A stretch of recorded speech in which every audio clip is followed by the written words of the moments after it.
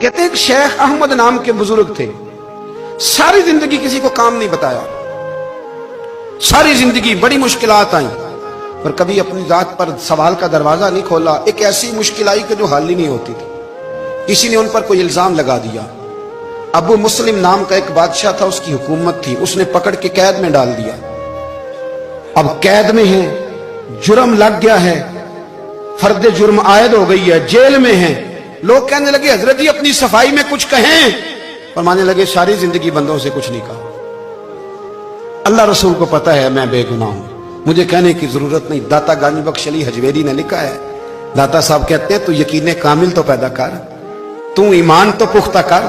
داتا صاحب کہتے ہیں وہ ابو مسلم جو بادشاہ تھا وہ نیک آدمی تھا، اسے رات کو خواب میں نبی کریم کی زیارت نصیب ہوئی اور حضور سید عالم صلی اللہ علیہ وسلم فرمانے لگے تو نے اللہ کا ایک نیک بندہ جیل میں ڈال دیا، ڈر نہیں آتا، وہ تو بے گناہ ہے۔ بادشاہ آدھی رات کو خود اٹھا، دادا صاحب فرماتے ہیں کسی گارڈ کو نہیں بھیجا، پولیس والے کو نہیں بھیجا، جیلر سے نہیں کہا، خود گیا، جا کے جیل کا دروازہ کھولا، دروازہ کھول کے اس درویش کو آزاد کیا، کہنے لگا بابا جاؤ مجھے پتہ چل گیا بے گناہ ہے۔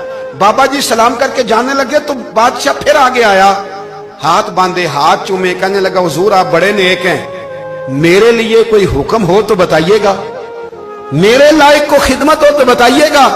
تو شیخ احمد فرمانے لگے تجھے ابھی بھی سمجھ نہیں آئی، تجھے ابھی بھی نہیں سمجھ آئی؟ کہنے لگا حضور کیا؟ فرمانے لگے جو تہجد کے وقت تجھے اٹھا کے مجھے رہا کرنے بھیج سکتے ہیں وہ میری کوئی ضرورت باقی رہنے دیں گے؟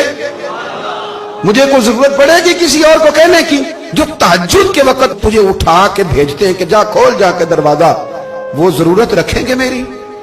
ضرورت مجھے رہے گی کہ میں تجھے اور کوئی کام؟ ابھی بھی تجھے سمجھ نہیں آئی؟ وہ داتا علی حجویری رحمت اللہ علیہ فرماتے ہیں اصل میں ہماری طبیعت ہے، ہم نے بندوں سے دل لگا لیا ہے، دل اللہ رسول سے لگاؤ، کسی بندے سے لگانا تو اس سے لگاؤ جو اللہ والا ہو۔ آپ فرماتے ہیں کہ اپنی ساری خواہشات اپنے رب رسول سے، آپ فرماتے ہیں کہ اگر اللہ کے حوالے اپنی خواہشات کر دو گے تو رب تمہیں نہ عام لوگوں سے زیادہ عطا کرے گا۔